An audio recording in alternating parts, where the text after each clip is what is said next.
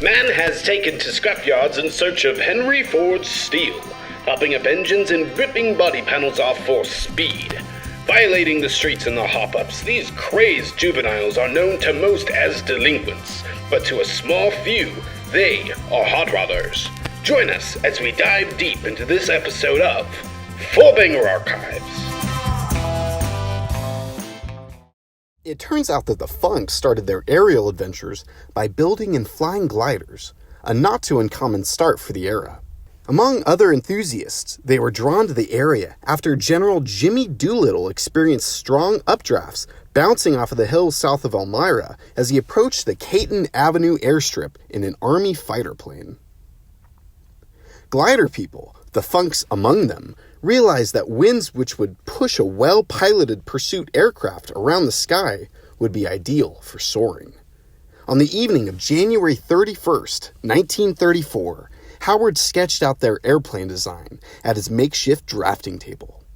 The blueprint was a side-by-side, two-seat aircraft with a distinctive, slightly chubby aft fuselage, a nod to the Fairchild 24, which they admired. The brothers enrolled at Akron University, focusing on aircraft design. They studied under the guidance of Dr. Alexander Clemen, whose books on stress analysis and aerodynamics were considered top-notch.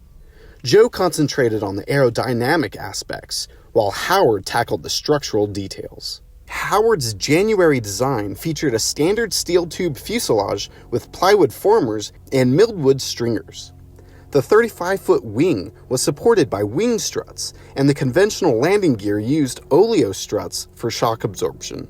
The Zeckley engine was neatly integrated into the design, along with a sloping windshield.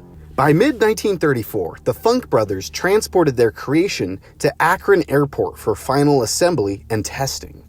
On July 2nd, 1934, Howard climbed into the cockpit while Joe prepared the Zeckley engine.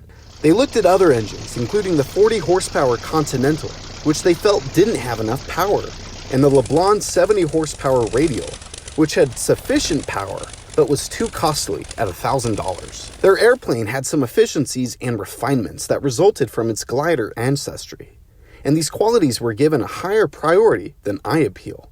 Unfortunately, the design spent most of its life searching for an engine. Impressed by the performance obtained by amateur builders with Ford Model B engines, the brothers decided to do their own conversion. The Bureau of Air Commerce became interested in the development work and helped finance the project.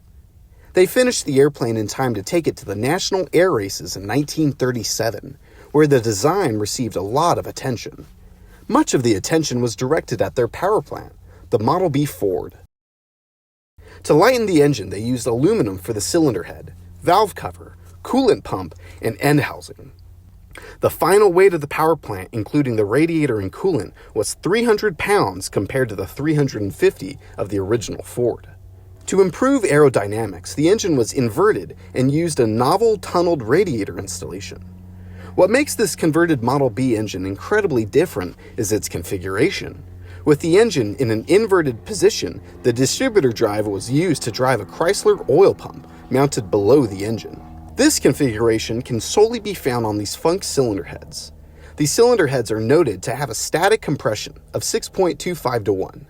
An interesting note, the cylinder head and valve cover are both marked Linite. Linite was known for their pistons. 1-inch oil dam rings were fastened to the tops of the cylinders to prevent oil from running down into the cylinders. Being collected at each end of the crankcase and valve cover, the oil was routed to a 5-gallon oil tank and then to the oil pump. The oil gallery and mains are fed via external oil lines. These changes made the engine into an inverted dry sump system. The cost of the engine was $400, much more reasonable than most aircraft power plants. This configuration supposedly turned out 63 horsepower at 2,125 RPM and could pump out as much as 70 horsepower at 2,450 RPM. The drawbacks of this engine were obvious. It was heavy and it required a cooling system. The Civil Aeronautics Administration purchased one for evaluation, a more substantial aircraft than the Wiley Post or Aerosport. The era of the Ford-powered aircraft was short-lived, with only 3 aircraft receiving type certificates in 1935 and 1939. The Ford conversions were not offering any real advantages over the aircraft engines. Aside from a fair amount of improved reliability and a lowered manufacturing cost resulting from mass production, the converted automobile engines remained relatively heavy and bulky, weighing 5 to 6 pounds per horsepower, even more than the old OX-5 V8 of 1915 design. The airplanes attracted so much attention that eventually a group of businessmen from Akron, Ohio, agreed to finance the formation of a company, Akron Aircraft Company, which built between 50 and 100 Model B Funks using the converted Ford engine.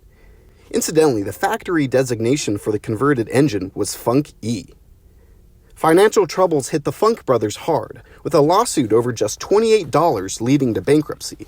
But in 1946, the company was reformed, updating the design and adopting the 85 horsepower Continental C5 engine.